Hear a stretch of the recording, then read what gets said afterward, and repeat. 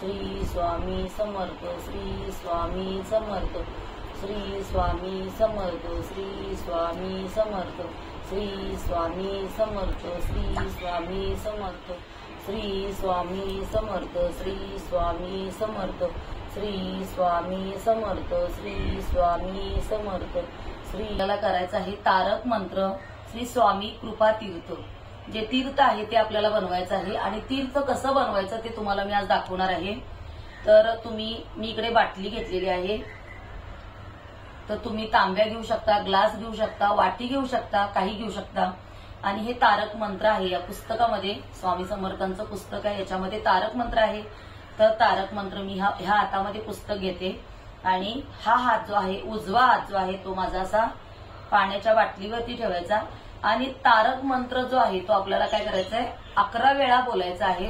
11 वेळा बोलल्यानंतर जे आपलं हे जे पाणी आहे हे स्वामी तीर्थ होणार आहे. हे तीर्थ समान पाणी होणार आहे आणि ह्या पाण्यामुळे तुम्हाला, हे पाणी पिल्यामुळे तुम्हाला कुठलाही रोग, राई, आजार किंवा तुमची कुठलीही विघ्न जी आहेत ती दूर होणार आहेत. संकट तुमची दूर होणार आहेत. तुमच्या सगळी कामं जी आहेत ती यशस्वी होणार आहेत. तर ह्या पाण्यावरती असा हात ठेवायचा आणि हा तारक मंत्र जे आहे ते आपल्याला 11 वेळा बोलायचा आहे. त्यामुळे हे पाणी आपलं मंत्रित होणार आहे. चला तर मी तारक मंत्राला सुरुवात करते.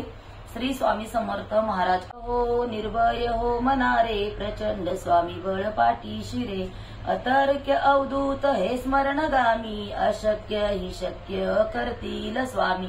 जिथे स्वामी पायने तिथे न्यून काय, स्वये भक्त प्रारंभ घडवी ही माय. अज्ञे विना काळ नानेही त्याला, परलोकीही ना भीती तयाला. उगाची भीतोसी भय हे पळू दे, जवळी उभी स्वामी शक्ती कळू दे. जगी जन्म मृत्यू असे खेळ ज्याचा, नको घाबरू तू असे बाळ त्याचा. खरा हो ही जागा श्रद्धे सहित, कसा होशी त्यावीन तू स्वामी भक्त. कितीदा दिला बोल त्यानीच हात, नको डगमगू स्वामी देतील साथ. विभूती नमन नाम ध्यानादी तीर्थ, स्वामीच या पंच प्राणामृतात.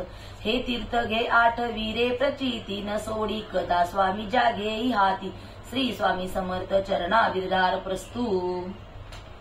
असो हे आत्ता वर्णू पुढे स्वामी चरित्रा, अत्यादरे श्रवण करिता. सर्वार्थ पावजे निश्चये, प्रसिद्ध आळंदी क्षेत्री. नामे नरसिंह सरस्वती, जयांची सर्वत्र ख्याती. अजरामर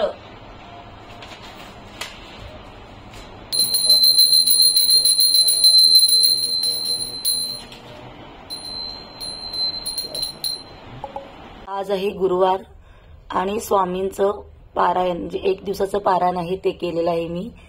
तर इकडे पाहू शकता, इकडे मी पाट ठेवलेला आहे, पाटावरती वस्त्र अंतरलेलं आहे, तांदळाची रास केलेली आहे आणि एक घट बसवलेला आहे मी आणि त्याच्यावरती स्वस्तिक काढलेलं आहे. त्याच्यामध्ये हळदी, कुंकू, सुपारी, फूल, अक्षदा टाकलेल्या आहेत. त्याच्यावरती हे तामण ठेवलेलं आहे. तामणामध्ये सुद्धा तांदूळ ठेवलेले आहेत. विड्याची पानं पसरलेली आहेत आणि त्याच्यावरती स्वामींना अभिषेक करून स्वामींना स्थापित केलेलं आहे.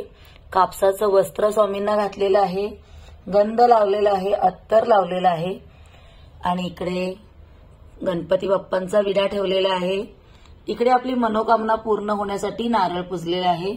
इकडे समई लावलेली आहे आणि हे इकडे 5 विडे ठेवलेले आहेत. आपण कुल स्वामीचे जे विडे आहेत तर ते ठेवलेले आहेत.